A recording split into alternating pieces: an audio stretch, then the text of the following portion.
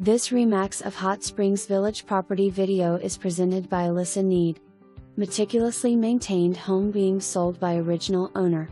Split floor plan with bedroom on each side of the foyer and spacious living room featuring tray ceiling opens to dining area with bay window.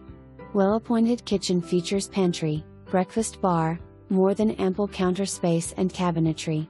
Laundry room with cabinets and laundry tub just off kitchen.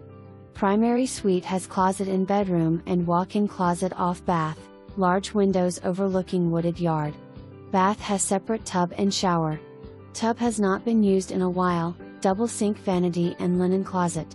2 guest rooms with spacious closet and full bath just a few steps away. 2+ car garage with storage area. Deck off back of home overlooks wooded property and is very private. Heat pump new in 2018 and roof replaced in 2019. All appliances stay with home. Immaculate property.